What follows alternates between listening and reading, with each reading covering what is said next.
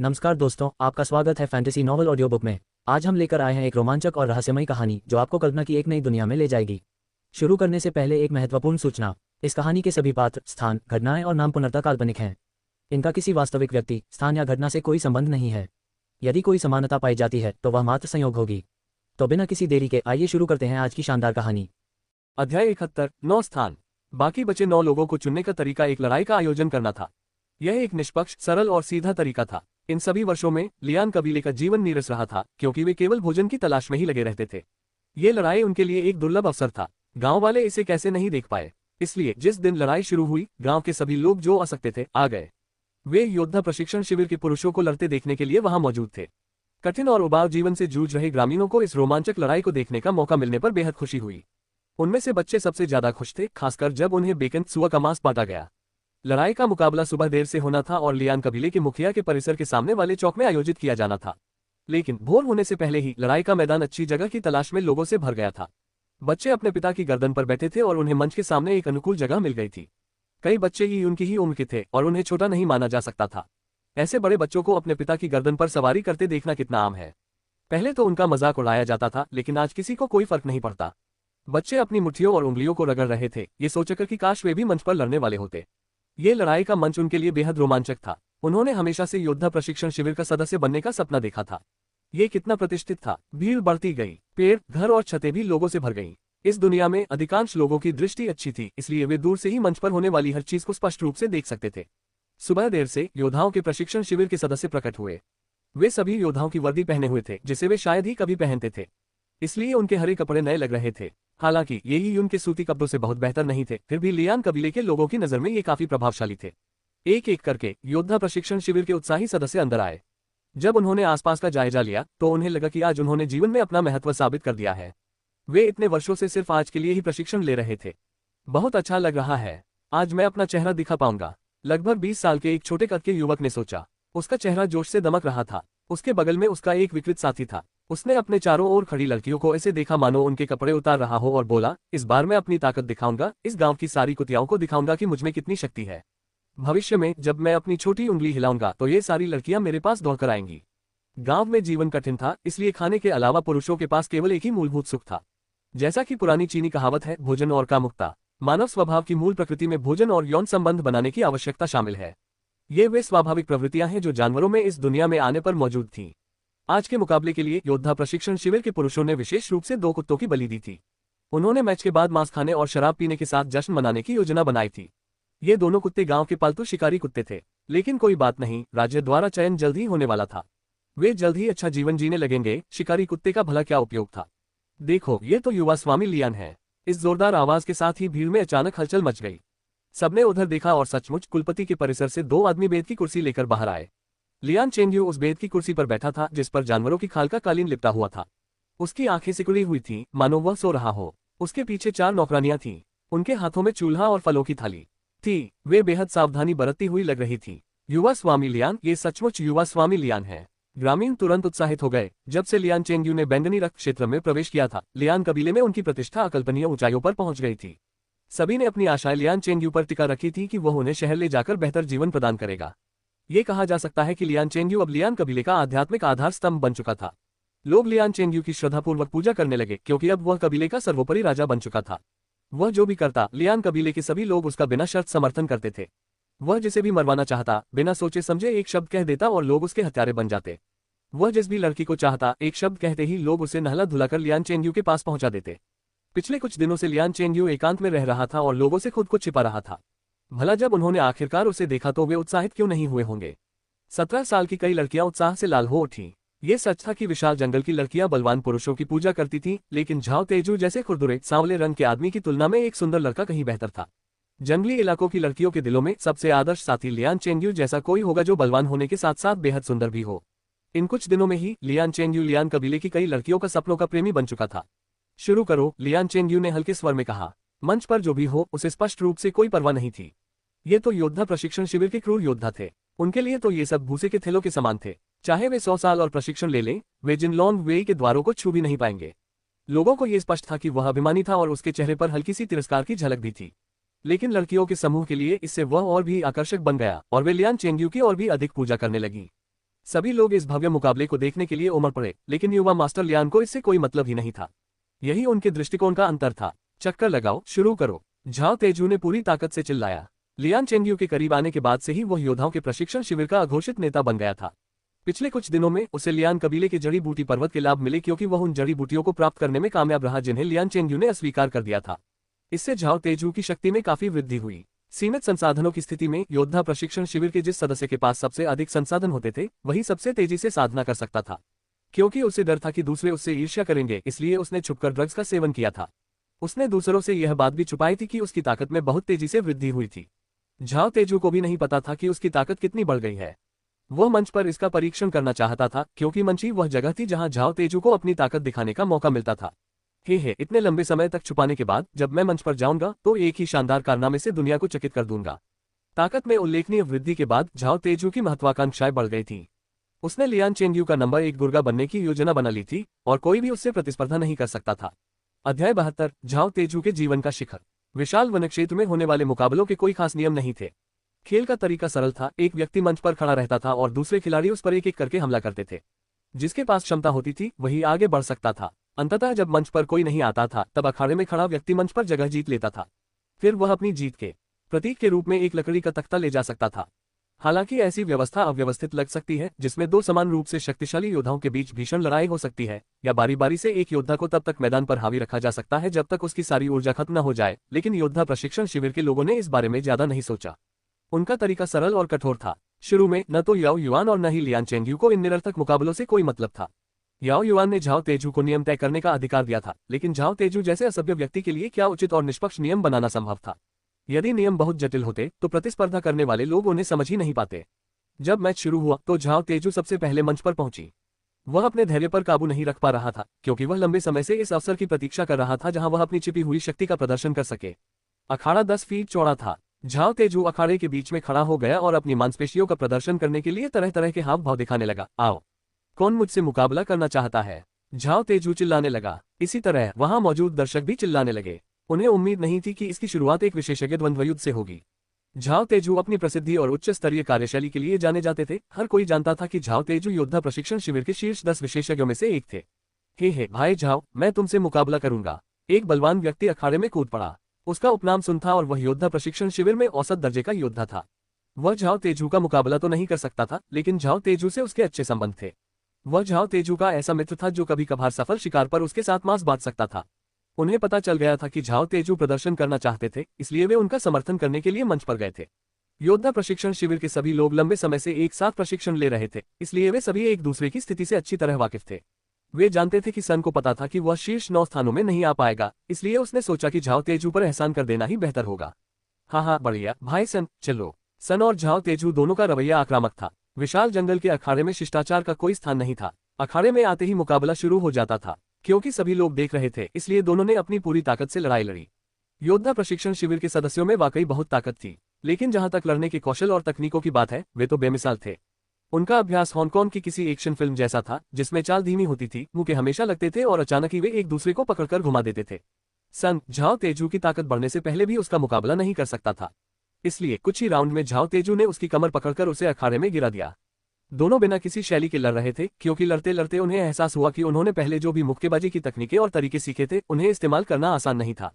अंत में एक दूसरे को पकड़कर जमीन पर लुढ़कना ही सबसे व्यावहारिक उपाय साबित हुआ। जिसके पास अधिक शक्ति होती है वही जीतता है। ब्राजीलियाई जियू-जित्सु का भी यही सिद्धांत था। अमेरिका में यूएफसी जैसी लोकप्रिय मिक्स्ड मार्शल आर्ट्स प्रतियोगिताओं में जो व्यक्ति दूसरे पक्ष की बाह मरोड़ने या गर्दन कुचलने में सक्षम होता था, उसे ही जीत मिलती थी, भले ही उसके दांव पेच देखने में अटपटे लगते हो। वाह, दर्शकों ने खुशी से चिल्लाया। हालांकि झाओ तेजू की चालें सुरुचिपूर्ण नहीं थीं, लेकिन लियान कबीले के लोगों के लिए, जो कुश्ती देखने के लिए उत्साहित रहते थे, यह एक अद्भुत दृश्य था। सन के बाद एक और व्यक्ति झाओ तेजू के साथ मुकाबला करने के लिए मंच पर गया, लेकिन वह भी उससे हार गया। 2 मैचों के बाद झाओ तेजू की स्थिति और भी बेहतर हो गई, क्योंकि जितना अधिक वह लड़ता गया, उतना ही अधिक साहस उसमें बढ़ता गया। हाँ, और कौन आ रहा है? झाओ तेजू ने चमकते हुए चिल्लाया। ऐसा लग रहा था जैसे उसने चावल की शराब का एक घड़ा पी लिया हो। लोगों को यह पता चल गया था कि आज झाओ तेजू को उन योद्धाओं में से एक स्थान अवश्य मिलेगा। भाई झाओ, मुझे आपके साथ एक शॉट लेने दीजिए, एक आदमी मंच पर कूद गया और धीमी दबी हुई आवाज में बोला। जब यह व्यक्ति मंच पर आया तो तुरंत ही दर्शकों ने तालियां बजाकर उसका उत्साह बढ़ाया। ये तो झांग डाली है। झांग डाली जन्म से ही बहुत ताकतवर थे, 15 साल की उम्र में वो 200 पाउंड का पत्थर उठा सकते थे। अब झांक डाली कितने ताकतवर हैं, ये तो किसी को पता ही नहीं। लियान कबीले में योद्धाओं की तैयारी के शिविर के प्रमुख सदस्यों के नाम भी व्यापक रूप से ज्ञात थे। जब झांक डाली 15 साल की उम्र में 200 पाउंड वजन के पत्थर उठा सकता था, तब वह लियान कबीले में प्रसिद्ध हो गया था। इस बात की प्रबल संभावना थी कि झांक डाली चयनित 9 लोगों में शामिल होंगी। झांक डाली और झाओ तेजू के बीच हुए इस मुकाबले ने दर्शकों में जबरदस्त उत्साह भर दिया। डाली, हाँ हाँ बढ़िया, मैं तुमसे मुकाबला करना चाहता था, आओ। झाओ तेजू की आंखें चमक उठीं। 1 साल पहले वह झांक डाली से थोड़ा कमजोर था, लेकिन इस साल उसकी ताकत में काफी सुधार हुआ था। वह अपनी ताकत आजमाने के लिए एक मजबूत प्रतिद्वंद्वी की तलाश में था। झांक डाली मंच पर कूद पड़ी और झाओ तेजू से 3 गज की दूरी पर खड़ी थी। शिष्टाचार का कोई लिहाज न करते हुए वे गर्जना करते हुए एक दूसरे की ओर दौड़ पड़ी। दोनों आदमी हटे कट्टे थे, इसलिए ऐसा लग रहा था मानो 2 बैल एक दूसरे की ओर दौड़ रहे हों। पेंग, झाओ तेजू और झांक डाली बिना किसी दिखावे के एक दूसरे से टकरा गए। शरीर और बंधन के टकराने की आवाज सुनकर लोग दंग रह गए। अगर ऐसी टक्कर सीधे उनके शरीरों पर पड़ती तो उनकी हड्डियां टूट जाती। झाओ तेजू और झांक डाली के बीच की लड़ाई स्पष्ट रूप से सन की पिछली लड़ाई की तुलना में कहीं अधिक आक्रामक थी। दोनों पुरुषों की ताकत एक प्रथम श्रेणी के पुरुष से लगभग 700 पाउंड अधिक थी, जो उनकी ताकत से दोगुनी से भी अधिक थी। ताकत में इस अंतर के कारण ये सुनिश्चित था कि यदि 1 दर्जन प्रथम श्रेणी के पुरुष भी झाओ तेजू पर हमला कर दें, तो भी झाओ तेजू उन्हें आसानी से हरा देंगे। तेजू, बहुत बढ़िया। भीड़ में लियान कुहुआ जोर जोर से चिल्ला रही थी। चूंकि लियान चेंग्यू ने हाल ही में उसे किसी काम के लिए बुलाया था, इसलिए वह झाओ तेजू के करीब आ गई थी और जल्द ही दोनों के बीच प्रेम संबंध बन गया। पिछली रात झाओ तेजू के जोरदार बल के बारे में सोचते हुए लियान कुहुआ कामुक इच्छा से भर उठी। लोगों की जय जयकार सुनकर और लियान कुहुआ के समर्थन से झाओ तेजू को मानो कोई अकल्पनीय शक्ति प्राप्त हो गई और उसने ताबड़तोड़ हमला करना शुरू कर दिया। लेकिन डाली पीछे नहीं रहना चाहता था। अपनी अपार शक्ति के बल पर उसके पास अभी भी बहुत बड़ा लाभ था। योद्धा प्रशिक्षण शिविर के सदस्यों के बीच होने वाली आम लड़ाई का सार शक्ति प्रदर्शन था। यही कारण था कि पत्थर के रोलर उठाना उनका प्रमुख प्रदर्शन था और शेखी बघारने का जरिया था। काफी देर तक जमीन पर जूझने के बाद झाओ तेजू आखिरकार झांक डाली को काबू करने में कामयाब हो गया। उसे नीचे गिरा दिया गया था और वह हिलडुल नहीं पा रहा था। झाओ तेजू द्वारा झांक डाली को पराजित करने का मुख्य कारण ये था कि वह बहुत सारी जड़ी बूटियां खाता था, जिससे उसकी शारीरिक क्षमता में वृद्धि हुई और साथ ही उसकी सहनशक्ति भी बढ़ गई। उसने अपनी सहनशक्ति के दम पर यह मैच जीता था। झांक डाली इतना तनावग्रस्त हो गया था कि उसका दम घुटने लगा था। उसे समझ नहीं आ रहा था कि झाओ तेजू एक अथक बैल की तरह कैसे हो सकता है, उसके पास असीमित ऊर्जा कहां से आती है। ये कहना गलत नहीं होगा कि योद्धा प्रशिक्षण शिविर के औसत सदस्यों में जबरदस्त ताकत होने के बावजूद 500 पाउंड के पत्थर के रोलर को 8 बार उठाने के बाद भी उनकी भुजाओं में दर्द होता था। झाओ तेजू जैसा बनना आसान नहीं था। जो जितना अधिक लड़ता था उतना ही मजबूत होता जाता था। झांक डाली हौंकते हुए बोला, तुम तो शक्ति के स्तर तक नहीं पहुंच पाए होगे, है ना? हाँ, लगभग। झाओ तेजू शेखी बघारने लगा। तैयारी शिविर के अधिकांश सदस्य वीरता के स्तर पर थे, जबकि झाओ तेजू शक्ति के स्तर से बहुत दूर था। भला सांप की तरह सांस लेना और तीर की तरह छोड़ना जैसी अवस्था तक पहुंचना इतना आसान कैसे हो सकता था? झाओ तेजू में थोड़ी अधिक सहनशक्ति थी, क्योंकि अगर वह लियान कबीले जैसी किसी गरीब जगह पर रहता तो शायद वह कभी भी शक्ति के क्षेत्र में प्रवेश नहीं कर पाता। आसपास के आम लोग विगोर क्षेत्र का अर्थ जानते थे। आखिरकार राज्य की चयन प्रक्रिया काफी समय से ज्ञात थी और लियान चेंग्यू ने बहुत पहले ही बैंगनी रक्त क्षेत्र के बारे में घोषणा कर दी थी। लियान कबीले के शासक वर्ग द्वारा फैलाई गई झूठी सूचना के कारण सभी लोगों ने यह मान लिया था कि लियान चेंग्यू ने बैंगनी रक्त क्षेत्र में प्रवेश कर लिया है। अज्ञानी आम लोगों को ऐसा लगता था कि बैंगनी रक्त क्षेत्र स्वर्ग में किसी देवता के समान शक्तिशाली है। यदि झाओ तेजू को बैल कहा जाता तो लियान चेंग्यू एक भयानक निर्जन जानवर होता। उनके बीच का अंतर आकाश और पृथ्वी जितना था। जैसे जैसे उन्हें लियान चेंग्यू की शक्ति का एहसास होता गया, वैसे वैसे उनकी यह उम्मीद बढ़ती गई कि लियान चेंग्यू उन्हें शहर ले आएंगे। साथ ही उन्हें यह भी लगा कि लियान चेंग्यू का अनुसरण करना उनके लिए सम्मान की बात होगी, क्योंकि वे उनके सेवक बन जाएंगे। इस अराजक दुनिया में लोग स्वतंत्रता के बारे में नहीं सोचते थे। जिनके पेट भरे नहीं थे उनके लिए स्वतंत्रता एक विलासिता और मजाक थी। वे बस एक अच्छे स्वामी के अधीन रहना चाहते थे और भोजन से संतुष्ट होना चाहते थे। हाँ, झाओ तेजू खिलखिलाकर हंस पड़ा। वह इस दृश्य से बेहद खुश था। वह ये भी जानता था कि राज्य की परीक्षा में पास होना उसके लिए नामुमकिन था, लेकिन अपनी प्रतिभा का प्रदर्शन कर पाना ही झाओ तेजू को जीवन की सबसे बड़ी उपलब्धि जैसा लग रहा था। अध्याय 73, ये यून का आगमन। और कौन आना चाहता है और कोशिश करना चाहता है? झाओ तेजू बहुत उत्साहित था। डोनगजी, क्या तुम यहाँ आकर मेरे साथ खेलना चाहते हो? किसी को न देखकर झाओ तेजू नाम पुकारने लगा। भाई झाओ, मुझसे मजाक मत करो। मैं तुमसे कैसे जीत सकता हूँ? अभी तुमने जो मुक्का मारा उससे तुम्हारे जोड़ों में झंझनाहट सी हो गई। क्या वो थंडर या धनुष से झुंड को मार गिराने जैसी कोई चीज है? डोंगजी नाम के इस युवा योद्धा ने चापलूसी के हर तरीके अपनाए। वह समझता था कि योद्धा प्रशिक्षण शिविर में जीवित रहने के लिए उसे किसी महान व्यक्ति का सहारा लेना होगा, ताकि जब भोजन बांटा जाए तो उसे अधिक मिले।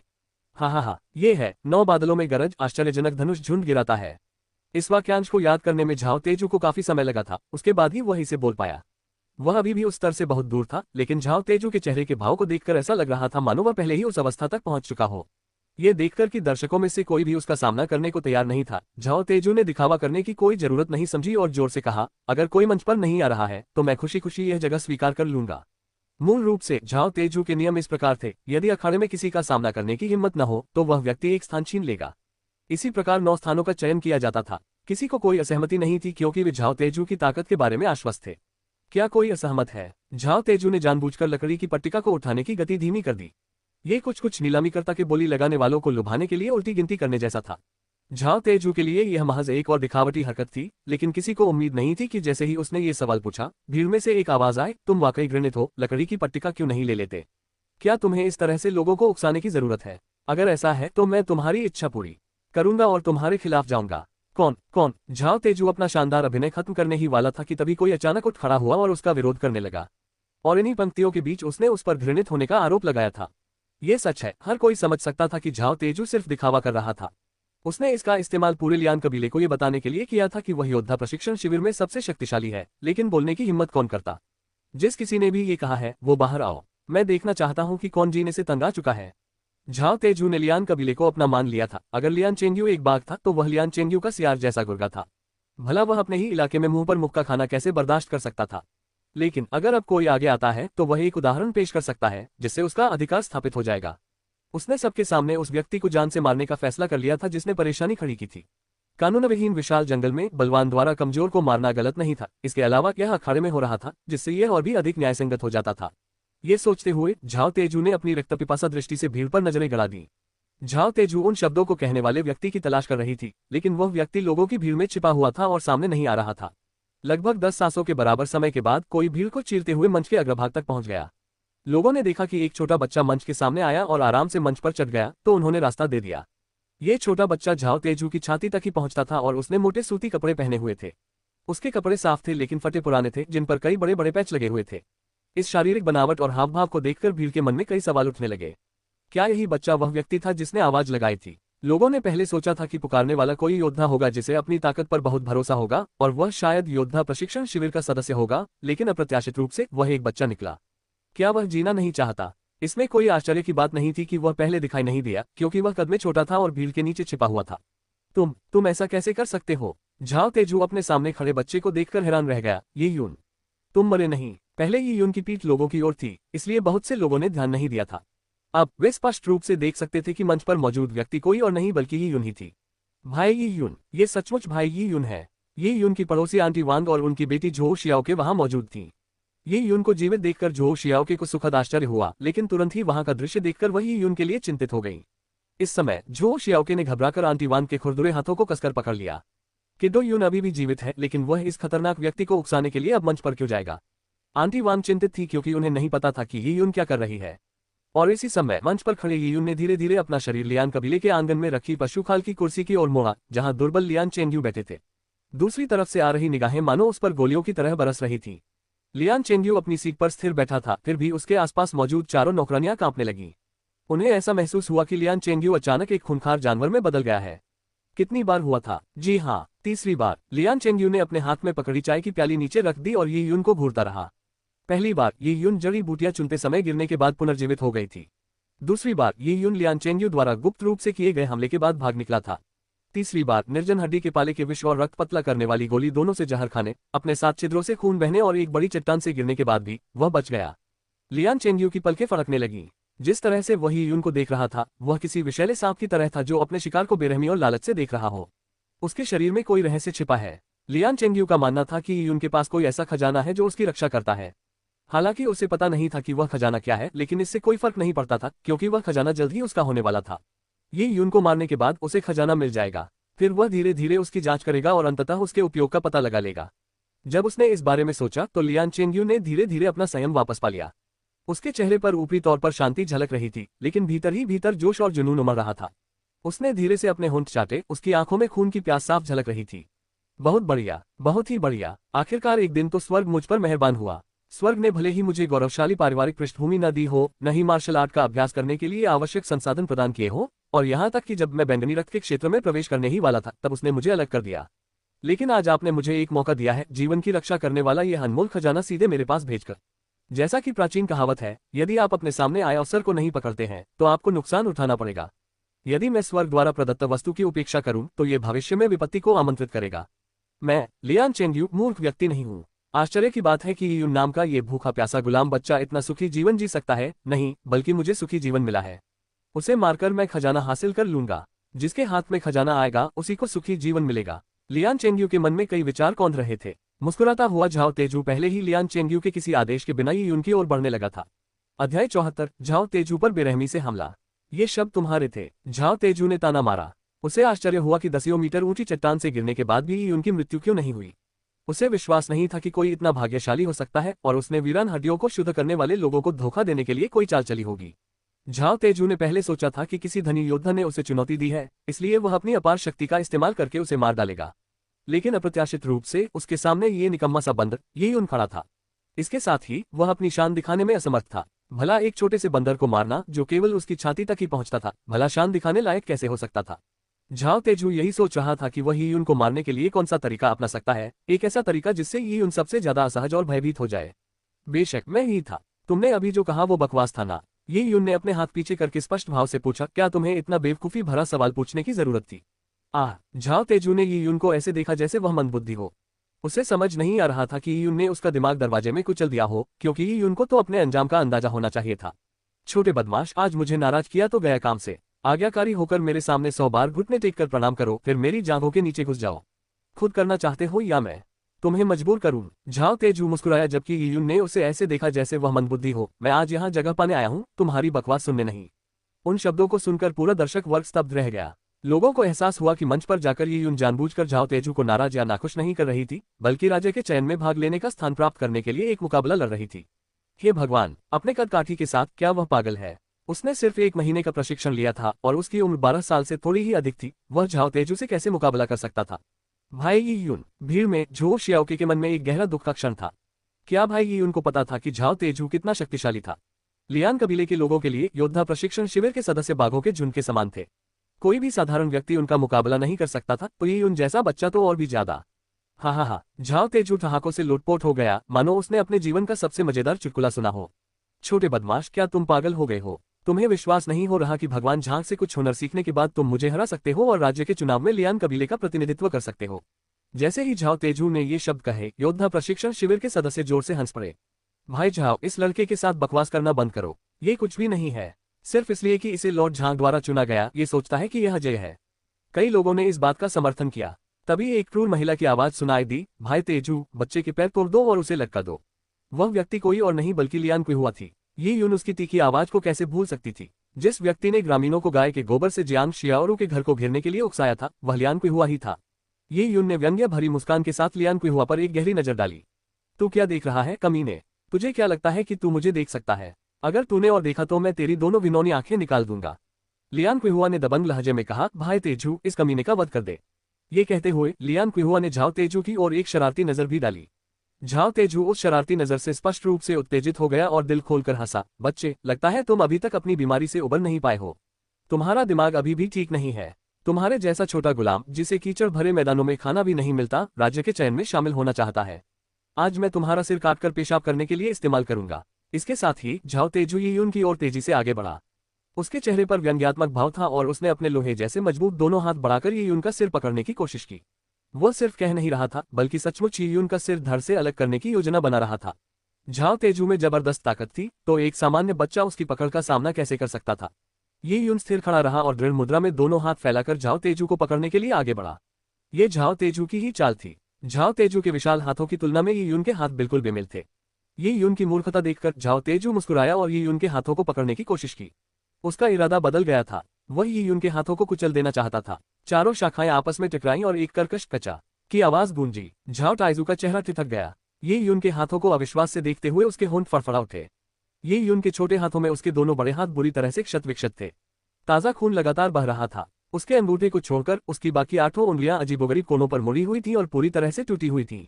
यीयुन ने उसके हाथों को बेरहमी से कुचल दिया था। झाओ तेजू के मुंह से एक दिल दहला देने वाली चीख निकली। यीयुन ने झाओ तेजू को ठंडे लहजे में देखते हुए कहा, तुमने किसे गुलाम कहा? इस दुनिया में कमजोरों को गुलाम बनाकर रखा जाता है और ताकतवरों को मालिक समझा जाता है। जो भी ताकतवर होता है वह सब पर राज कर सकता है। मैं आज तुम्हें बताऊंगी कि गुलाम कौन है। ये कहते हुए ये यून ने एक कदम आगे बढ़ाया और घुटने से झाओ तेजू की छाती पर जोरदार प्रहार किया। पेंग, ये यून के घुटने के प्रहार से झाओ तेजू का हट्टा कट्टा शरीर फटे हुए बोरे की तरह धड़ाम से उछल पड़ा। उसकी छाती अंदर की ओर मुड़ गई थी और उसकी कई पसलियां टूट गई थीं। वह खून से लथपथ मुंह से लथपथ होकर जमीन पर बुरी तरह गिर पड़ा। उसका शरीर टूटी रीढ़ की हड्डी वाले कुत्ते की तरह फड़फड़ा रहा था। इस अचानक घटित दृश्य ने वहां मौजूद सभी लोगों को चौंका दिया। कुछ सेकंड पहले से ही उनके चेहरे के भाव पूरी तरह से स्थिर हो गए थे। यह क्या था? ये यून ने झाओ तेजू के हाथों को कुचल दिया और घुटने से वार करके उसे दूर फेंक दिया। ये यून का छोटा और पतला शरीर और झाओ तेजू का हट्टा कट्टा शरीर एक दूसरे के बिल्कुल विपरीत थे, जिससे एक बेहद प्रभावशाली दृश्य प्रभाव पैदा हो रहा था। क्या ये सपना था? लियान चेंगयू, जो काफी देर से अपनी पशु शर्त की कुर्सी पर बैठा था, अचानक खड़ा हो गया और चमकती आंखों से ये यून को घूरने लगा। ये यून जड़ी बूटी चुनने वाला एक गुलाम था, जिसे आमतौर पर खाने को कुछ नहीं मिलता था। वह एक भिखारी की तरह था। लियान कबीले में ऐसे व्यक्ति को लेकर कोई चिंता नहीं होती थी, लेकिन वो कुछ ही क्षणों में झाओ तेजू को बुरी तरह घायल करने में सक्षम था। उनकी मार्शल आर्ट की शिक्षा कहाँ से आए? क्या ऐसा हो सकता है कि झांग युक्सियन के साथ मार्शल आर्ट का अभ्यास करने के बाद और 1 महीने के भीतर ही उसने मार्शल आर्ट सीख ली हो, जिससे वह झाओ तेजू को हराने में सक्षम हो गया हो? ये कैसे संभव हो सकता है? लियान चेंगयू ने अपनी मुठ्ठियां इतनी कसकर भींची कि उसके नाखून उसकी हथेलियों में चुभ गए।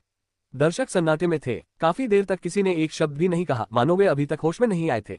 ये यून के लिए चिंतित झोउ शियाओके भी अपनी बड़ी बड़ी काली आंखों से घूरने लगी। वह पूरी तरह से स्तब्ध थी। क्या ये सच है? उस शैतानी रूप वाले, मीनार जैसे दिखने वाले झाओ तेजू को भाई ये यून ने हरा दिया। ये यून अपनी सामान्य मुद्रा में लौट आया और लापरवाही से अपने फटे पुराने कपड़ों को सीधा किया। ये यून की हिंसा की पहली घटना थी। पहले ये यून के मुंह के चट्टानों पर लगते थे। वे बेहद कठोर होते थे, जिससे उसकी मुट्ठियों में दर्द होता था। लेकिन आज जब वे एक इंसान के शरीर पर लगे तो उसे बस कठोरता और कोमलता का एहसास हुआ। किसी व्यक्ति को सीधे घायल करने के बाद भी ये उनको यह अस्वीकार्य नहीं लगा। इस जंगली दुनिया में सुरंग खोदने के बाद से ही वह इस दुनिया के नए जीवन रक्षा नियमों का आदी हो चुका था। वह अच्छी तरह जानता था कि यदि वह एक दयालु व्यक्ति होता या एक ऐसा भिक्षु होता जिसके हाथ खून से सने नहीं होते, तो उसका फायदा उठाया जाता। ये यून ने धीरे से अपनी 10 उंगलियां हिलाईं और फिर अपना सिर लियान क्विहुआ की ओर घुमाया। तुमने पहले कहा था कि तुम मेरे पैर तोड़कर मुझे लटका दोगे और मेरी आंखें निकाल लोगे। ये कहते हुए ये यून धीरे धीरे लियान क्विहुआ की ओर चलने लगा। अध्याय 75, चेहरे पर कुत्ते का खून। क्या करना चाहते हो? ये यून को आते देख लियान क्विहुआ चीख पड़ी। अरे छोटे बदमाश, तुझे महामारी लग गई है क्या? तू इसे लोगों में फैलाना चाहता है? लियान क्विहुआ को हल्के में लेना ठीक नहीं था। ये यून को अचानक इतना भयानक होते देख उसने तुरंत ही यून को महामारी लगने की बात याद की और भीड़ से समर्थन पाने की उम्मीद में चिल्लाने लगी। मेरे साथियों, मरने के बाद इस छोटे बदमाश पर किसी बुरी आत्मा का साया रहा होगा, वरना यह इतना शक्तिशाली नहीं होता। क्या आप भूल गए हैं कि इस पर किसी बुरी आत्मा का साया था? हाँ, लियान क्विहुआ को अचानक कुछ सूझा और वह तेजी से भीड़ के बीच से निकल गई। दूर हटो, एकदम दूर हट जाओ। वह भागकर बाहर गई और जब लौटी तो उसके हाथ में लकड़ी की बाल्टी थी। ये यून को देखते हुए उसके चेहरे पर एक कपटी मुस्कान झलक उठी। छोटे बदमाश, तू इतना घमंडी कैसे हो सकता है क्योंकि मैंने तुझे छूट दी? क्या तू उन गंदी चीजों के वश में था? इसका मतलब तू अजय हो गया। देख मैं तुझे कैसे मारती हूँ। ये कहते हुए लियान क्विहुआ ने लकड़ी की बाल्टी का सारा पानी ये यून पर फेंक दिया। लकड़ी की बाल्टी के अंदर खून जैसा लाल तरल पदार्थ था और उससे दुर्गंध आ रही थी। ये कुत्ते का खून था। मैच से पहले योद्धाओं के तैयारी शिविर के सदस्यों ने 2 शिकारी कुत्तों का वध किया था और मैच के बाद दावत की तैयारी की थी। शिकारी कुत्तों को मारने के बाद उनका खून लकड़ी की बाल्टी में इकट्ठा किया गया। उसमें कुत्ते की आंतें, बाल, दिल और फेफड़े तैर रहे थे और ये सब ये यून की ओर फेंक दिए गए। क्लाउड वाइल्डनेस के लोगों का मानना था कि कुत्ते के खून में भूत प्रेत भगाने की क्षमता होती है। वे दुष्ट आत्माएं कुत्ते के खून को सहन नहीं कर सकती थी और यदि उन पर कुत्ते का खून छिड़क दिया जाता तो वे पिघल जाती। चीनी मुहावरे चेहरे पर कुत्ते का खून का यही अर्थ था।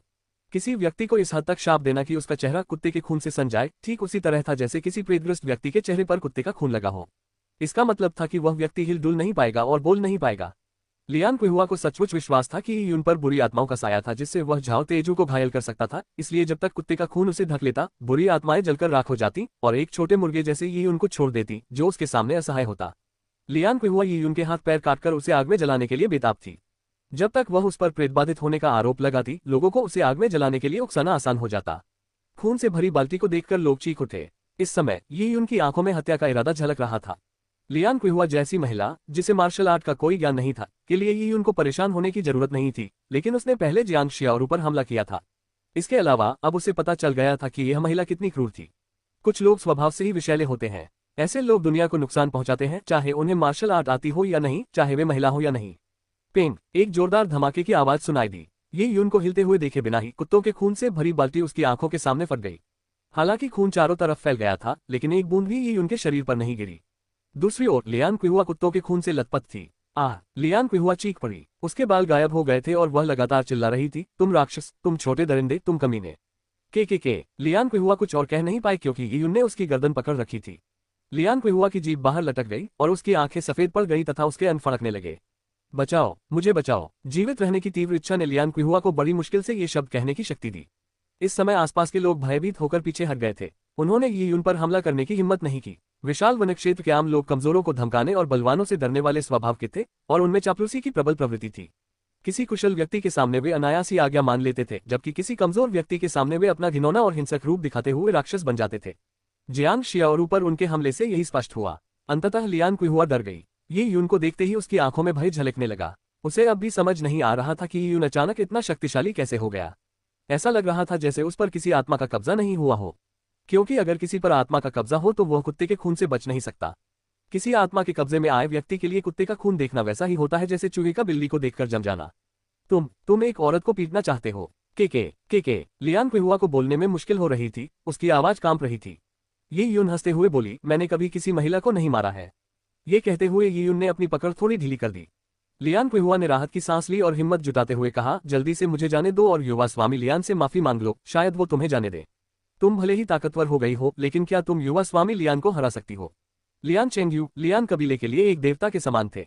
उनके पास पूर्ण अधिकार था। इन दिनों लियान चेंगयू के प्रचार के तहत लोगों को बैंगनी रक्त क्षेत्र से पहले के विभिन्न चरणों के बारे में पता चला। अतीत में लियान चेंगयू नश्वर रक्त के 5वें स्तर के शिखर पर था और झाओ तेजू नश्वर रक्त के पहले स्तर पर था और दोनों के बीच का अंतर आकाश और पृथ्वी जैसा था।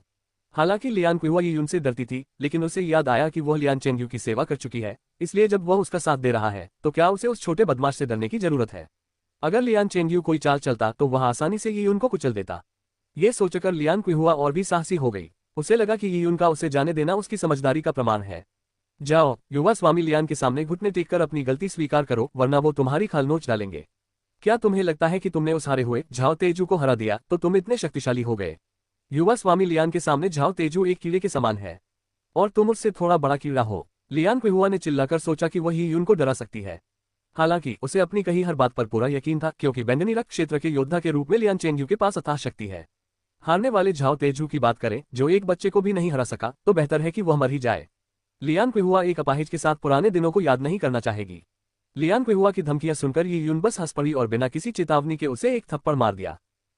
इसके साथ ही यीयुन के थप्पड़ से लियान क्विहुआ का शरीर हवा में उड़ गया। जमीन पर बुरी तरह गिरने से पहले वह हवा में 3.5 बार लुढ़की और उसके चारों ओर आकाश और पृथ्वी घूम रहे थे। लियान क्विहुआ पिटाई से स्तब्ध थी। उसके मुंह से खून निकल रहा था, मानो कोई कुचली हुई मछली हो। लियान क्विहुआ ने थोड़ी सी जद्दोजहद की और कांपते हाथों से अपने बाएं गाल को छुआ।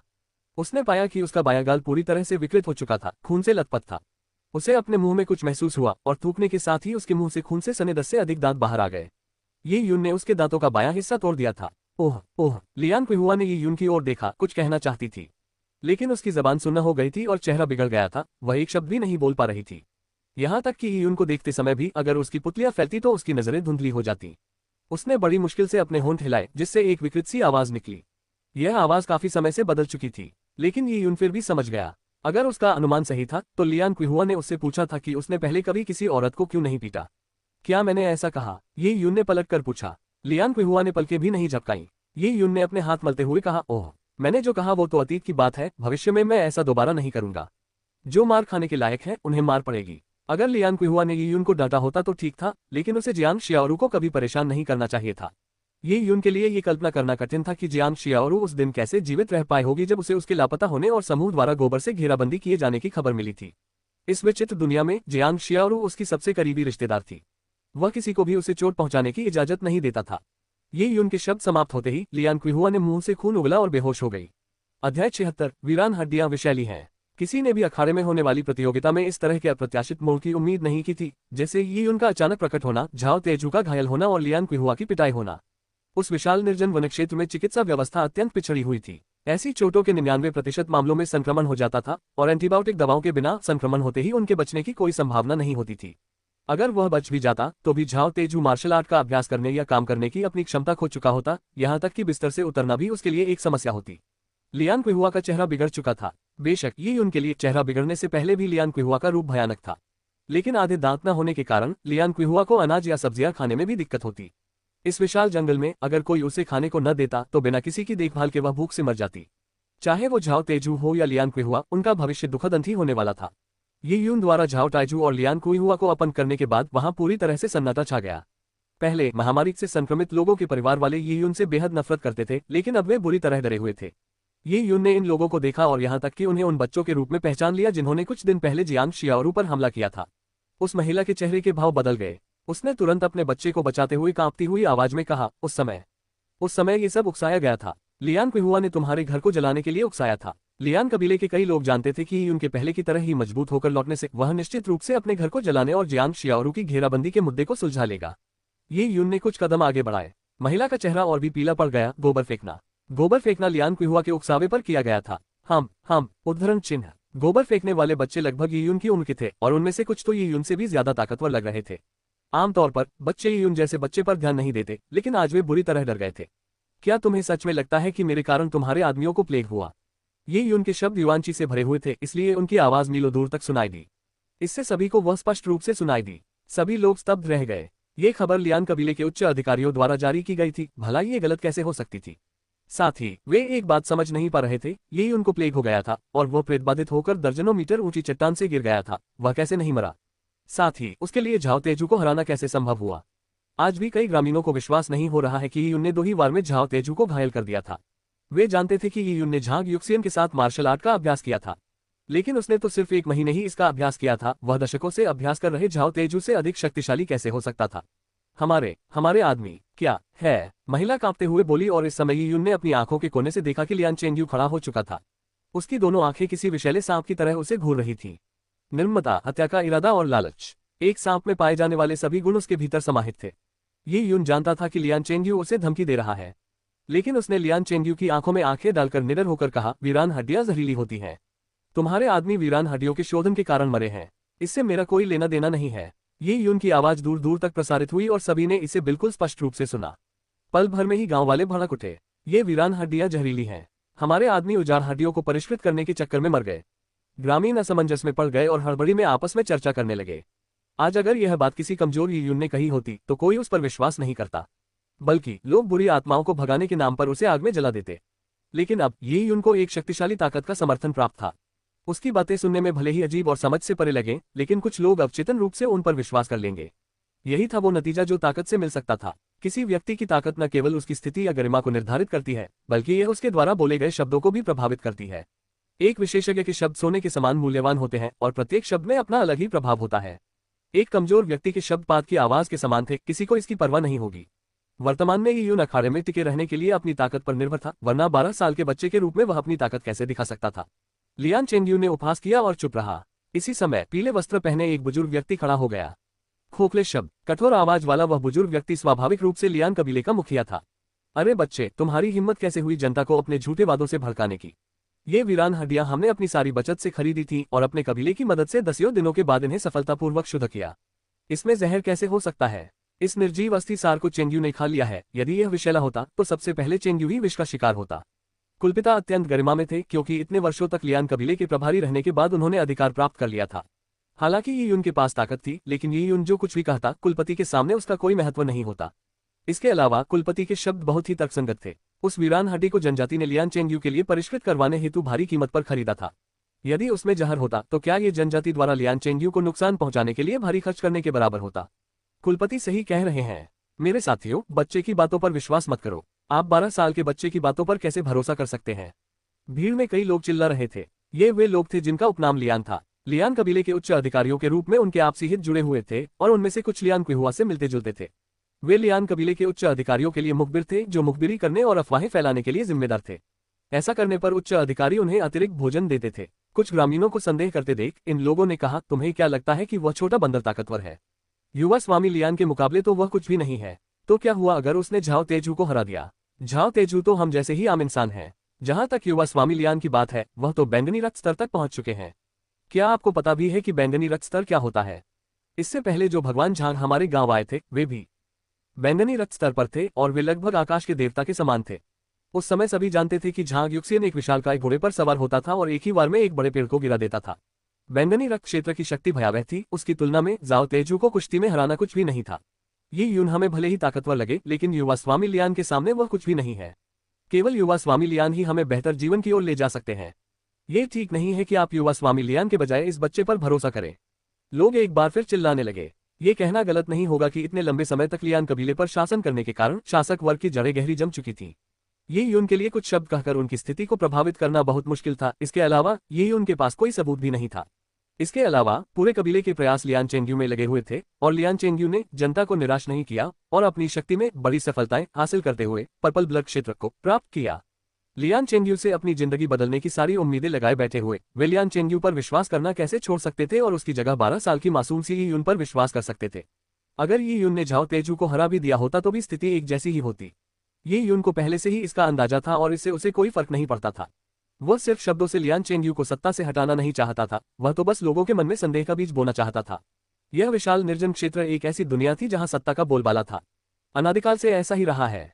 क्या विजेता को सबूत देने की आवश्यकता होगी? यह अनावश्यक था, क्योंकि सबसे शक्तिशाली विजेता के शब्द ही नियम, कानून और सत्य थे। विशेषज्ञों को अपनी बात समझाने के लिए और अधिक शब्दों की आवश्यकता नहीं थी। अन्य लोग अवचेतन रूप से इस पर विश्वास करने लगेंगे और अंततः वास्तव में इस पर विश्वास करने लगेंगे। आज प्रकट होकर ये यून ने पहले ही मानसिक रूप से लियान चेंग्यू के साथ सीधे टकराव की तैयारी कर ली थी। वह जानता था कि लियान चेंग्यू उस ऊर्जाहीन निर्जन अस्थि सार्क के साथ बैंगनी रक्त क्षेत्र में प्रवेश नहीं कर पाएगा। लियान चेंग्यू ची गैद्र क्षेत्र के शिखर पर था, जबकि वह ची गैद्र क्षेत्र के शुरुआती चरणों में था, लेकिन साथ ही साथ वह ड्रैगन पल्स के क्षेत्र तक भी पहुंच चुका था। उन्हें इस लड़ाई पर पूरा भरोसा था। हालांकि ये यून को अभी भी याओ युआन की चिंता थी। उसे याओ युआन की ताकत का अंदाजा नहीं था। उसने लियान चेंग्यू के कदम उठाने का इंतजार किया और साथ ही चुपके से याओ युआन पर नजर रखी। लेकिन हैरानी की बात यह थी कि लियान चेंग्यू का कोई कदम उठाने का इरादा नहीं था और वह बस उसे गुस्से भरी नजरों से देख रही थी। आज लियान चेंग्यू कोई कदम नहीं उठाएगा। याओ युआन ने उसे पहले ही चेतावनी दी थी कि उसने अपने गुस्से के कारण अपने दिल को चोट पहुंचाई है। अगर वह अपनी चोटों को नजरअंदाज करते हुए आगे बढ़ता तो यह संभव था, लेकिन वह कुछ ही दिनों में किंगडम के चयन में अपने चरम प्रदर्शन को कभी हासिल नहीं कर पाता। अध्याय 77 याओ युआन की सलाह। बेशक लियान चेंग्यू ये यून के लिए राज्य के चयन में अपनी संभावनाओं को प्रभावित नहीं करने वाला था। यह उसके जीवन की सर्वोच्च प्राथमिकता थी। असफलता की कोई गुंजाइश नहीं थी। प्रशिक्षक याओ, आप उसकी ताकत के बारे में क्या सोचते हैं? गर्जनापूर्ण मेरिडियन झाओ तेजू को आसानी से अपन कर देने और यहां तक कि उसकी मूर्ति को कुचल देने की क्षमता को देखते हुए लियान चेंग्यू को यकीन था कि ये नश्वर रक्त के तीसरे स्तर से ऊपर है और उसकी ताकत 1000 पाउंड से अधिक है। हालांकि लियान चेंग्यू को यह पक्का नहीं पता था कि ये ने अपनी रेंडुएर माय शक्ति का इस्तेमाल किया है या नहीं। याओ युआन ने कहा, हम सब ने ये यून को कम आंका है। मुझे उसकी ताकत का तो अंदाजा नहीं है, लेकिन एक बात मैं जानता हूं कि उसकी बुद्धि और सोच 12 साल के बच्चे से कहीं अधिक है। जो भी उसके खिलाफ जाएगा, अगर वह उसे बच्चा समझेगा तो उसे बुरी तरह हार का सामना करना पड़ेगा। याओ युआन के शब्दों में अप्रत्यक्ष रूप से लियान चेंग्यू का जिक्र था। लियान चेंग्यू को यह बात पचाने में कठिनाई हुई, क्योंकि उसने कभी कल्पना भी नहीं की थी कि एक दिन उसकी तुलना एक बच्चे से की जाएगी। लेकिन उन्हें यह स्वीकार करना पड़ा कि ये उनके साथ पिछले कुछ मुकाबलों में वह उनसे मात खा गए थे। ये बच्चा तो मुझे बेवकूफ बना रहा है। उसे शुरू से ही पता था कि मैं उसे जान से मारना चाहता हूं, लेकिन उसने अनजान होने का नाटक किया, जिससे मैं लापरवाह हो गया। इतनी कम उम्र में वह इतना शातिर कैसे हो सकता है? लियान चेंग्यू को विश्वास नहीं हो रहा था। ये उन वाकई मुसीबत था। प्रशिक्षक याओ, आज मेरा शरीर कुछ भी करने की स्थिति में नहीं है। क्या प्रशिक्षक याओ मेरे लिए इस छोटे बदमाश को पकड़ सकते हैं? लियान चेंग्यू के अनुरोध पर याओ युआन चुप हो गए। याओ युआन ने यह भी अनुमान लगाया था कि यून के साथ कोई संयोगवश घटना घटी होगी, जैसे कि जड़ी बूटी चुनते समय कोई खजाना खा लेना, जिससे उसकी ताकत में तेजी से वृद्धि हुई होगी। यही एकमात्र स्पष्टीकरण था और इसके आधार पर यह मानना तर्कसंगत था कि वह इस रिवर में गिरने के बाद बच गया था। इस खजाने की बात करें तो इसमें फ्रॉस्ट पाइथन के विषयों को बेअसर करने की क्षमता होनी चाहिए थी, इसलिए यह कहा जा सकता है कि यह खजाना फ्रॉस्ट पाइथन की वीरान हड्डियों से कहीं अधिक मूल्यवान था। लेकिन वे क्या कर सकते थे? खजाना पहले ही ये यून खा चुका था। उसे निकालना मुश्किल था, और अगर उसे निकाल भी लिया जाता तो याओ युआन के मन में उसकी कोई लालसा नहीं थी, क्योंकि वह एक शत्रु के हमले में घायल हो गया था, जिससे उसकी नसें कट गई थीं और वह मार्शल आर्ट के मार्ग पर आगे नहीं बढ़ पा रहा था। याओ युआन की स्थिति केवल लियान कबीले में एक दीर्घकालिक अतिथि की थी, न कि लियान चेंग्यू के गुर्गे की। याओ युआन ने कहा, चेंग्यू, वर्षों पहले मैंने तुम्हारे दिवंगत दादाजी का एक एहसान चुकाया था। मैंने उनसे वादा किया था कि मैं लियान कबीले की रक्षा करूंगा और तुम्हें मार्शल आर्ट सिखाऊंगा, लेकिन मैंने कभी यह नहीं कहा कि मैं तुम्हें हत्या करने में मदद करूंगा। नहीं, मैंने कभी तुम्हारे बुरे कामों में तुम्हारा साथ देने की बात कही। मुझे तुम्हारे वीरान हड्डियों को परिष्कृत करने के बारे में पता था, लेकिन मैंने दखल नहीं दिया, क्योंकि मैं जानता हूं कि ये दुनिया ऐसी है जहां ताकतवर कमजोरों का शोषण करते हैं। उपलब्धियों के लिए कमजोरों की बलि देना समझ में आता है, लेकिन सिर्फ ईर्ष्या के कारण मुझसे एक बच्चे पर हमला करवाने की इच्छा रखना, एक ऐसे बच्चे पर जिसमें मार्शल आर्ट की प्रतिभा है, मैं इस कारण से सहमत नहीं हो सकता। भले ही तुम मेरी बात न सुनो, लेकिन मैं तुम्हें एक सलाह जरूर दूंगा। तुम्हें खुले विचारों वाला होना पड़ेगा। अगर तुम अपना जीवन सुखमय बनाना चाहते हो तो तुम्हें सहनशीलता रखनी होगी। अगर तुम बहुत निर्दयी, बेहद स्वार्थी और दूसरों के प्रति असहिष्णु हो तो देर सवेर ये तुम्हें बर्बाद कर देगा। याओ युआन की बातों से लियान चेंगयू के माथे पर शिकन आ गई। प्राचीन काल से ही अच्छी सलाह कानों को चुभती है और याओ युआन की बातें तो लियान चेंगयू को पहले ही चुभने वाली लग रही थी। प्रशिक्षक याओ, इसका क्या मतलब है? इतने वर्षों तक मैंने आपको एक शिक्षक के रूप में सम्मान दिया है, लेकिन आज आप एक बाहरी व्यक्ति की मदद कर रहे हैं। लियान चेंगयू के शब्द क्रोध से भरे हुए थे। याओ युआन ने सिर हिलाते हुए कहा, इन सभी वर्षों में मैंने तुम्हें बड़ा होते देखा है। मैं तुम्हारे विचारों को अच्छी तरह जानता हूं, बस मैं तुम्हें एक के बाद एक गलतियां करते हुए नहीं देखना चाहता। इसके अलावा, हालांकि बैंगनी रक्त स्तर से नीचे के किसी भी व्यक्ति के लिए मेरी ताकत का मुकाबला करना मुश्किल है, मुझे ये उनको पकड़ने का कोई भरोसा नहीं है। याओ युआन के शब्दों ने लियान चेंगयू को चौंका दिया। ये कैसे संभव है? क्या इंस्ट्रक्टर याओ यह मान रहे थे कि इस बच्चे में इंस्ट्रक्टर याओ के बराबर की क्षमता है? अगर ऐसा है तो क्या वह कम से कम मेरी तरह ची गैदर स्तर पर नहीं होगा? यह असंभव है। लियान चेंगयू को यह बात बेतुकी लगी। ये यून को चाहे जो भी सौभाग्य मिला हो, उसकी साधना गति इतनी तेज नहीं हो सकती थी। मुझे भी लगता है ये नामुमकिन है, याओ युआन ने आह भरी। लेकिन क्या आपने यह नहीं सोचा कि इस बच्चे की बुद्धि और साधना के स्तर को देखते हुए उसे बैंगनी रक्त से नीचे के स्तरों का अंतर तो पता ही नहीं होगा? आपकी और मेरी साधना का स्तर कोई रहस्य नहीं है, फिर भी वह यहाँ आने की हिम्मत कर रहा है। इससे साबित होता है कि उसमें आपसे मुकाबला करने का आत्मविश्वास है और बिना किसी चोट के बच निकलने की क्षमता भी। याओ युआन के शब्दों ने लियान चेंगयू को उकसाया और उसने फटकार लगाते हुए कहा, अगर प्रशिक्षक याओ कोशिश करते तो वह बिना किसी चोट के बच नहीं पाते। याओ युआन ने कहा, मेरे भी ऐसे ही विचार हैं। मुझे भी लगता है कि वीरान हड्डियों के बर्फीले विष से जहर खाने और पूर्वी नदी में गिरने के बाद उसकी मृत्यु हो जानी चाहिए थी, फिर भी वह जीवित हो उठा। याओ युआन के शब्दों ने लियान चेंगयू को अवाक कर दिया। वास्तव में उसे विश्वास था कि यीयुन को मर जाना चाहिए था, लेकिन आज वह उसके सामने खड़ा था। उसने झाओ तेजू को भी बुरी तरह घायल कर दिया। ये निस्संदेह उनके मुंह पर एक सार्वजनिक तमाचा था। याओ युआन ने कहा, उसकी शक्ति शायद थंडरस या मेरिडियन क्षेत्र में हो सकती है, लेकिन उसके पास अपने जीवन को बचाने का कोई तरीका भी हो सकता है, जैसे कोई खजाना जो उसकी रक्षा करेगा। 12 साल का एक बच्चा जिसकी मानसिक क्षमता और शक्ति इतनी प्रबल है, अगर तुम उसे अपना दुश्मन बना लो तो चाहे उसे मार डालो, वह भविष्य में तुमसे बदला जरूर लेगा। असल में याओ युआन लियान चेंगयू को और गहरे पतन से रोकना चाहता था, लेकिन अब अगर वह यीयुन को मारने में नाकाम रहा तो उसे यीयुन के बदले की भावना का सामना करना पड़ेगा। इससे याओ युआन के पास यीयुन पर हमला करने का कारण कम हो गया। मुझे समझ आ गया। लियान चेंगयू ने गहरी सांस ली। उसका चेहरा बेहद उदास था। याओ युआन के इनकार की वजह से अब उसके मन में बैर था। याओ युआन के कोई कदम न उठाने और खुद यीयुन के भी कोई कदम न उठा पाने के कारण यीयुन का मुकाबला करने वाला एकमात्र व्यक्ति उसका दादा लियान कबीले का मुखिया था। इतने सारे लोगों की मौजूदगी में कुलपति द्वारा एक बच्चे पर हमला करना अनुचित था। असल बात यह थी कि लियान चेंगयू इस बात की गारंटी नहीं दे सकता था कि उसके दादा यीयुन का सामना कर पाएंगे। इसकी वजह यह थी कि कुलपिता बूढ़े और कमजोर थे। नश्वर रक्त क्षेत्र में लोग लड़ने के लिए अपनी मांसपेशियों और शरीर का इस्तेमाल करते हैं, इसलिए उम्र उनकी युद्ध शक्ति को बुरी तरह प्रभावित करती है। उम्र बढ़ने के साथ साथ उनकी स्थिति और भी खराब होती जाती है। हालांकि कुलपति नश्वर रक्त के 5वें चरण यानी ची संग्राहक क्षेत्र में थे, फिर भी उनका दुर्बल शरीर 4थे चरण के नश्वर रक्त योद्धा से भी लड़ना उनके लिए मुश्किल बना देता। इसके अलावा याओ युआन ने कहा था कि उनके पास कोई गुप्त चाल हो सकती है। सभी संभावित परिणामों पर विचार करने के बाद लियान चेंगयू को एहसास हुआ कि वह एक बेहद अजीब स्थिति में फंस गया है। यीयुन ने सबके सामने उसके चेहरे पर थप्पड़ मारा था, फिर भी वह उसके खिलाफ कुछ नहीं कर सका। कम से कम अपनी ताकत वापस पाने से पहले तो नहीं। धिक्कार है, अगर मुझे चोट न लगी होती तो मैं उस छोटे कमीने की खाल नोच डालता। लियान चेंगयू गुस्से से आग बबूला था। उसने कभी सोचा भी नहीं था कि एक दिन ऐसा भी आएगा जब वह उस व्यक्ति का कुछ नहीं कर पाएगा जिसे उसने कुछ दिन पहले चींटी समझा था। याओ युआन चुप रहा, जबकि वहां मौजूद सभी लोग लियान चेंगयू की ओर देख रहे थे। लियान चेंगयू को इस विकट परिस्थिति से निकलने का कोई रास्ता चाहिए था। अध्याय 78 आधार। लियान चेंगयू ने यीयुन को तीखी नजरों से देखा। मुझे बस कुछ दिनों के लिए ठीक होने की जरूरत है और जब ऐसा हो जाएगा तो मैं आज जो हुआ उसका बदला जरूर लूंगा। मैं तुम्हें दिखाना चाहता हूं कि जीते जी मरने का क्या मतलब होता है। अगर उसे किसी विशेषज्ञ ने हरा दिया होता तो कोई बात नहीं होती, लेकिन अब उससे कमजोर दिखने वाला एक व्यक्ति उसे उकसा रहा था और उसके अधिकार को चुनौती दे रहा था। फिर भी अपनी चोटों के कारण वह कुछ नहीं कर सकता था। भला वह क्रोधित क्यों न होता? यीयुन, लियान चेंगयू ने अनिच्छा से कहा। हालांकि लियान चेंगयू जानता था कि वह कुछ नहीं कर सकता। अगर वह यीयुन से लड़ता, भले ही वह जीत जाता, तो इससे कुछ ही दिनों में होने वाले राज्य के चुनाव में उसकी संभावनाओं पर असर पड़ता और वह ये कीमत चुकाने को तैयार नहीं था। क्लाउड वाइल्डनेस में हमारे लियान कबीले ने सैकड़ों वर्षों तक कष्ट झेला है। हमारे पूर्वज घास की जड़ें और पेड़ों की छाल खाकर धीरे धीरे अपने कबीले को आज के स्वरूप में विकसित करते रहे। अंत में मेरी पीढ़ी में मैंने 1 दशक तक मार्शल आर्ट का अभ्यास किया है और अकाल के वर्षों के दौरान भी अपनी साधना में कभी ढिलाई नहीं बरती। इसका एकमात्र कारण लियान कबीले को जंगल से निकालकर शहर में लाना और कबीले को समृद्ध बनाना था। लेकिन अब जब मैंने अपनी सारी संपत्ति कबीले को बचाने में लगा दी है, तो तुम यहाँ अफवाहें फैलाने, लोगों को बहकाने और मुझ पर झूठे आरोप लगाने आए हो। क्या तुम चाहते हो कि लियान कबीले के लोग हमेशा दुख में रहें? लियान चेंगयू के ये शब्द यीयुन पर पलटवार थे, जिससे सार्वजनिक बहस छिड़ गई। लियान चेंगयू और यीयुन अपने अपने तर्कों पर अड़े रहे। ये यून ने कहा कि लियान चेंगयू ने विषैले पदार्थों से युक्त मृत हड्डियों को परिष्कृत किया था, जिससे लोगों की मृत्यु हुई, जबकि लियान चेंगयू ने कहा कि यून उसे फंसा रहा है। दोनों पक्ष एक दूसरे के बिल्कुल विपरीत थे। हालांकि इस बहस में लोगों ने निस्संदेह लियान चेंगयू पर विश्वास किया। आखिरकार लियान चेंगयू का लियान कबीले में बहुत उच्च स्थान था, जबकि ये यून तो बस एक बच्चा था। भाषण सुनकर ये यून जनजाति के सदस्यों की भावनाओं का अनुमान लगा सकती थी और उसे पृथ्वी की एक लोककथा याद आ गई। आदिम काल में गुफाओं में रहने वाले लोगों का एक समूह एक परछाई की पूजा करता था। वह परछाई बड़ी और छोटी हो सकती थी। वह किसी देवता जैसी दिखती थी, इसलिए गुफाओं में रहने वाले लोग हर दिन उस परछाई की पूजा करते थे। हालांकि एक चतुर गुफावासी ईश्वर में विश्वास नहीं करता था। बड़े प्रयास से वह एक दिन गुफा के शिखर तक पहुंचने में सफल रहा।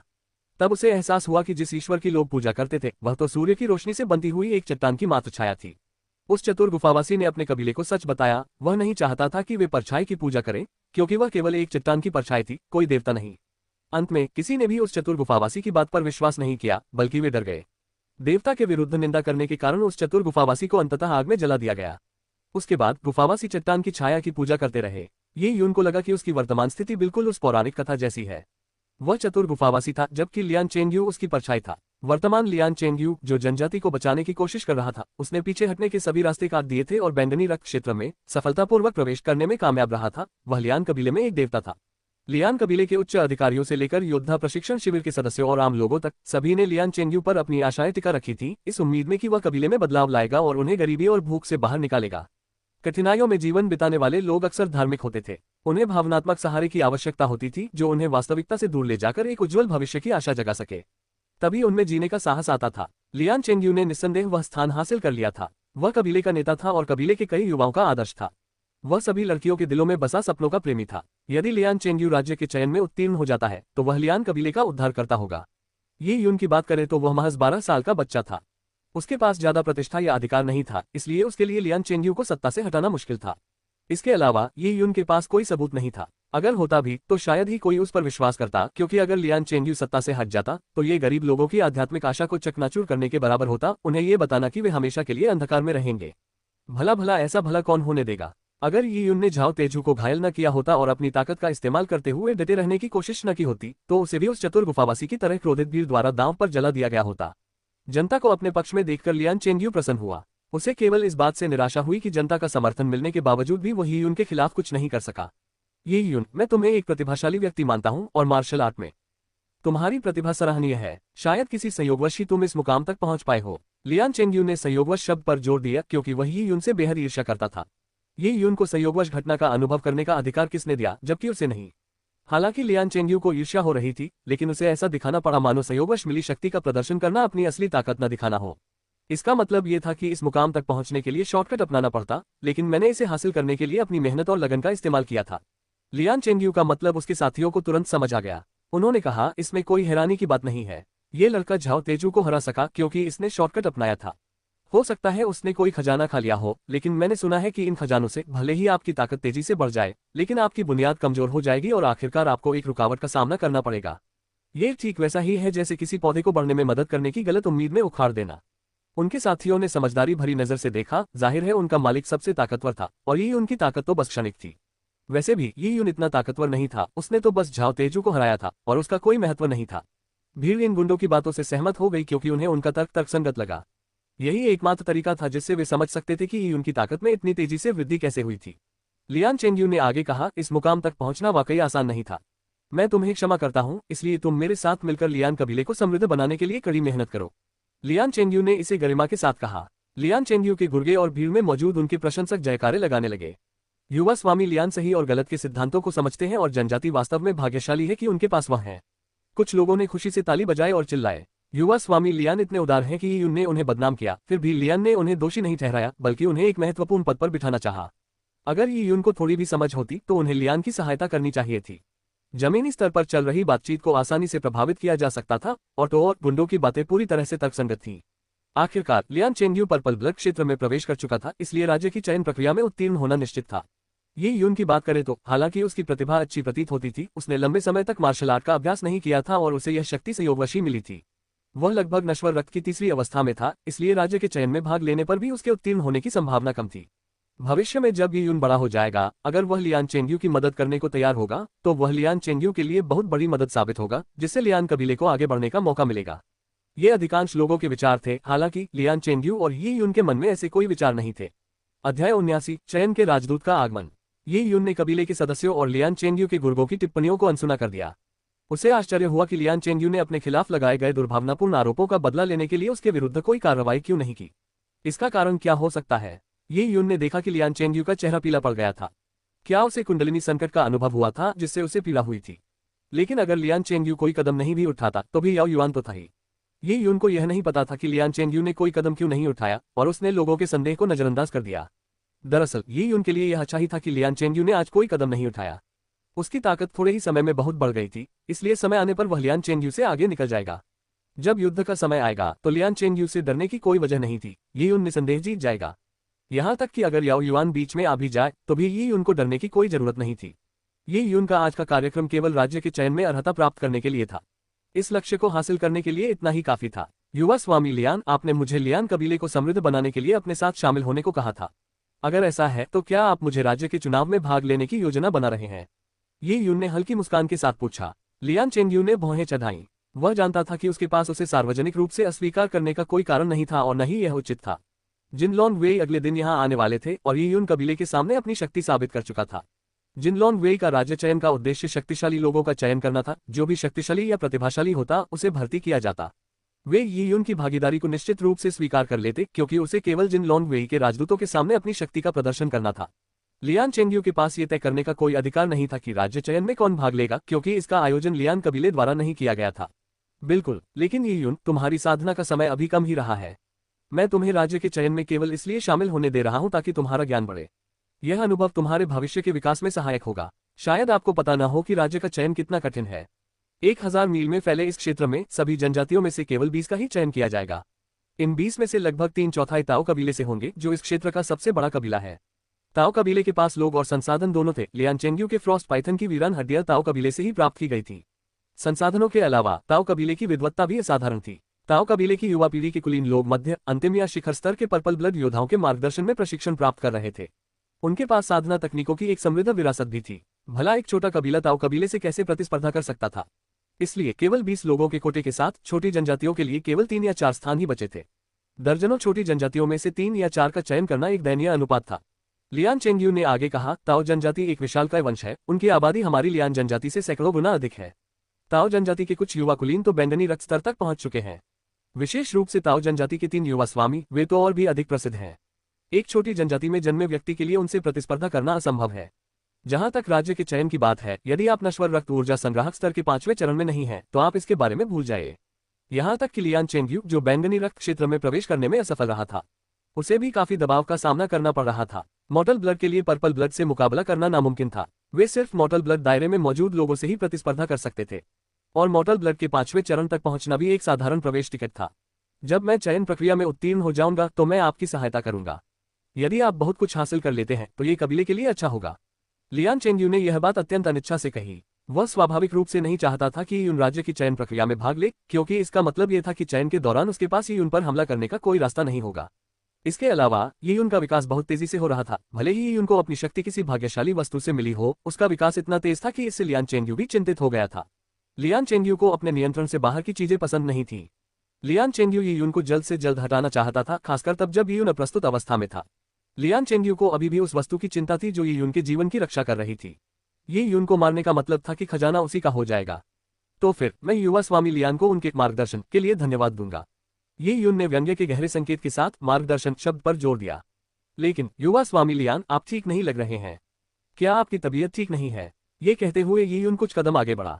लियान चेंग्यू घबरा गया। ये यून को शक था कि वह घायल हो गया है।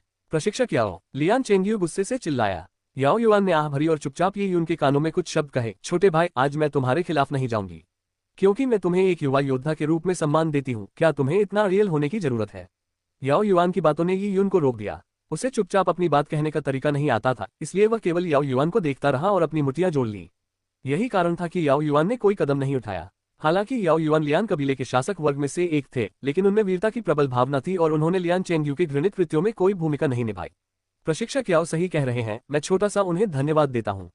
मैं प्रशिक्षक याओ का बहुत बड़ा प्रशंसक हूँ। मैं पहले चलता हूँ, कल दोपहर मिलते हैं। ये यून के शब्द याओ युआन के प्रति विनम्रतापूर्ण थे।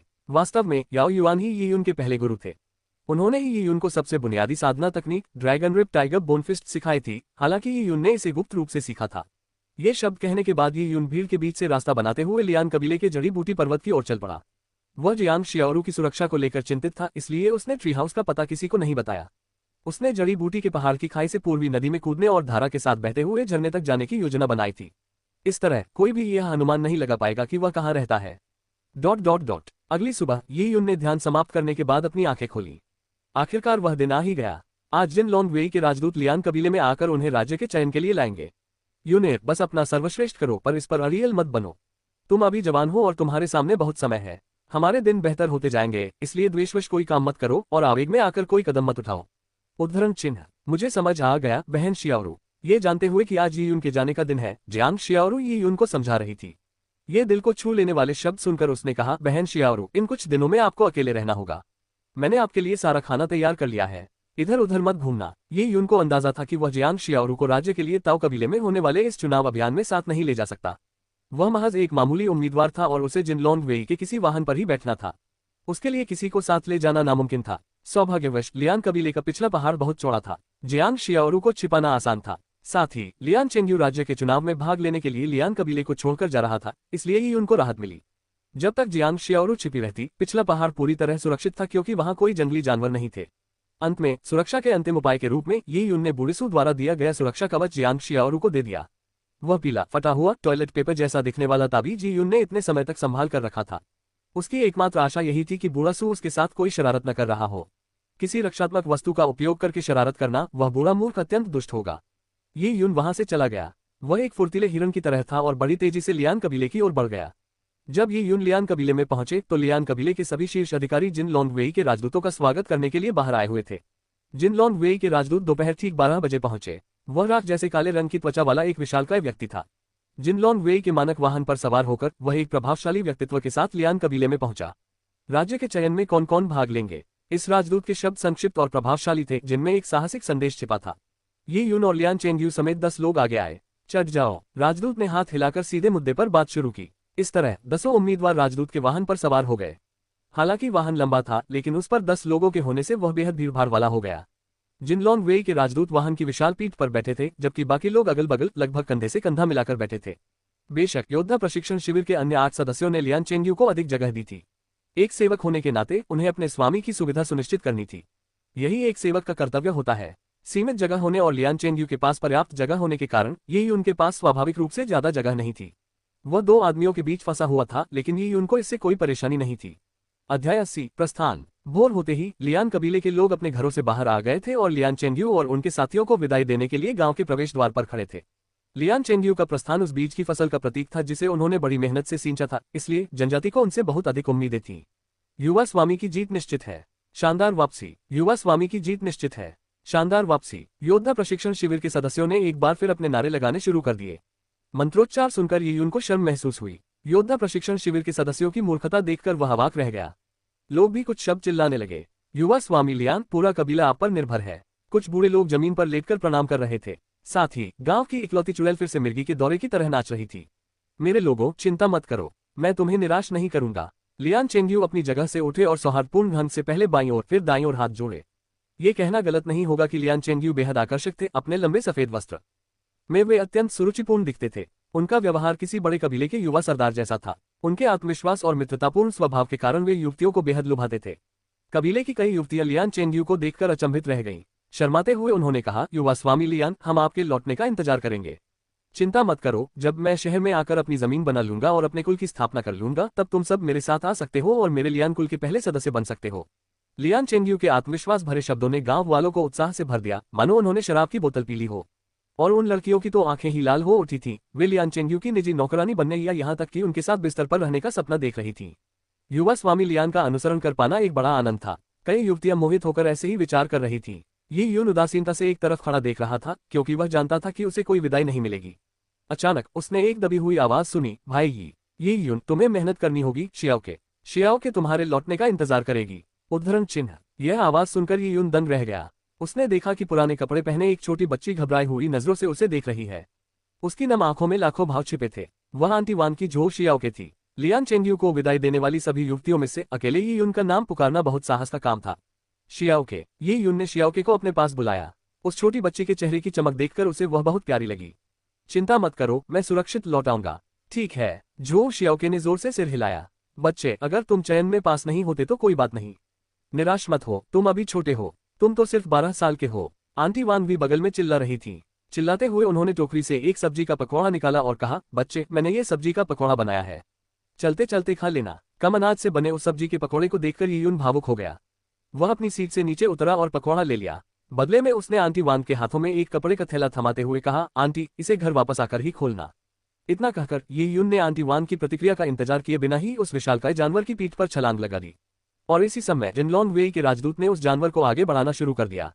ये युन की आकृति को दूर जाते हुए छोटा होते देख झो शियाओके लगातार हाथ हिलाती रही। लियान उपनाम वाली कुछ महिलाओं ने आंटी वांग के परिवार को तिरस्कार भरी निगाहों से देखते हुए कहा, उस बच्चे के साथ आपका रिश्ता वाकई बहुत अच्छा है, इससे तुम्हारा कोई लेना देना नहीं है। झो शियाओके ने अपने छोटे से मुंह को सिकुड़ते हुए कहा। महिलाओं ने बेकाबू होकर हंसते हुए कहा, ये छोटी बच्ची तो पूरी तरह से मोहित हो गई है। वह लड़का ये युन खुद को मुख्य प्रतिभागियों में से एक समझता है। सोचो, उसने युवा स्वामी लियान का पीछा करते हुए राज्य के चयन में भाग लिया। क्या उसने अपनी ताकत के बारे में सोचा भी? युवा स्वामी लियान तो बहुत ही अच्छे इंसान है, तो क्या हुआ अगर वो बच्चे को अपने साथ ले जाता है? युवा मालिक लियान उसे बस जिंदगी का अनुभव कराने और अपने स्वार्थ के लिए इस्तेमाल करने के लिए ले जा रहा है। आगे चलकर वो बस एक और गुंडा बनकर रह जाएगा। क्या तुम्हें सच में लगता है कि बच्चा चयन प्रक्रिया में पास हो जाएगा? लियान परिवार की इन महिलाओं ने बड़ी सहजता और खुशी से एक दूसरे की बात पूरी की। उनका उपनाम लियान था और वे लियान चेंग्यू के ही परिवार से थे और उनका वंश लियान कबीले से ही जुड़ा हुआ था। जब तक लियान चेंग्यू बड़ी सफलता हासिल करते, उन्हें भी भरपूर लाभ मिलता। उनके कष्टों का अंत निकट देखकर वे प्रसन्न क्यों नहीं होंगे? जब लियान की महिलाएं झो शियाओके का मजाक उड़ा रही थी तो आंटी वांग उस कपड़े के थैले को छूते हुए चौंक गई जो ये युन ने उन्हें दिया था। एक पल के लिए स्थिर होने के बाद उसने मुंह भर लार ली और फिर सावधानीपूर्वक कपड़े के थैले को अपने शरीर के करीब रखते हुए उसे एक तरफ रख दिया। उसने उन नीच महिलाओं की अनदेखी की और चुपचाप झो शियाओके को घर ले आए। दरवाजा बंद करने के बाद ही आंटी वांग ने कपड़े का थैला बाहर निकाला। उसने उसे मुख्य कमरे में मेज पर सावधानी से रख दिया। माँ, भाई, ये युन ने क्या दिया? झो शियाओके ने उत्सुकता से पूछा। आंटी वांग के हाथ कांप रहे थे। जिस क्षण उन्होंने थैली को छुआ वहां बहुत सारे लोग थे, इसलिए उन्हें उसे खोलने में डर लग रहा था। लेकिन थैली को पकड़ते ही उन्हें उसकी बनावट का एहसास हुआ और एक ऐसी गंध आई जो उन्हें लगा कि पाना असंभव है। उसने गहरी सांस ली और कपड़े के थैले को परत दर परत खोलना शुरू किया। कुछ ही क्षणों बाद झो शियाओके स्तब्ध रह गई। जहां तक आंटी वांग की बात है, मानसिक रूप से तैयार होने के बावजूद भी उनका दिल कुछ देर के लिए धड़कना भूल गया। उन दोनों के सामने भुना हुआ चिकन परोसा गया। यह बाहर से कुरकुरा और अंदर से नरम था। यह सुनहरी चमक से भरा हुआ था और खुशबूदार था। ये तो उद्धरण चिन्ह। झो शियाओके ने घूंट भर भरकर लार ली। भाई, ये युन ने ये दिया? जी हाँ, ये तो किडो युन ने दिया है। आंटी वांग अविश्वास से मुर्गे को घूर रही थी। ये युन को ये भुना हुआ मुर्गा कहाँ से मिला? इस भुने हुए मुर्गे को देखकर लग रहा था कि इसे बड़ी कुशलता से पकाया गया है। मुर्गे की खाल की महक आंटी वांग को जानी पहचानी लग रही थी। ये शहद था जो उन्होंने बहुत समय पहले पहाड़ों में संयोग से इकट्ठा किया था। शहद में भुना हुआ चिकन किडो युन को ये कैसे मिला? आंटी वांग को यकीन नहीं हो रहा था, लेकिन इस समय झो शियाओके के मुंह से लार टपककर मेज पर गिर रही थी। उसने उत्सुकता से भुने हुए मुर्गे को देखते हुए पूछा, माँ, क्या मैं इसे खा सकती हूँ? आंटी वांग हंस पड़ी और झो शियाओके के सिर को छूते हुए बोली, किडो युन की मुर्गी तुम्हें खाने के लिए दी गई थी। ये कहते हुए आंटी वांग ने चिकन का एक टुकड़ा तोड़ा और उसे झो शियाओके के छोटे हाथों में थमाते हुए कहा, जल्दी खा लो, पापा के लौटने पर हम बाकी खा लेंगे। हाँ, झो शियाओके ने झटपट एक निवाला लिया। जैसे ही चिकन का मांस उसके मुंह में गया, झो शियाओके को लगा मानो वह आसमान में उड़ रही हो। चिकन का मांस बहुत ही स्वादिष्ट था। उसने अपने जीवन में इससे पहले कभी इतना स्वादिष्ट कुछ नहीं खाया था। भाई, ये युन बहुत अच्छे हैं। ये सोचकर झो शियाओके का दिल खुशी से भर गया।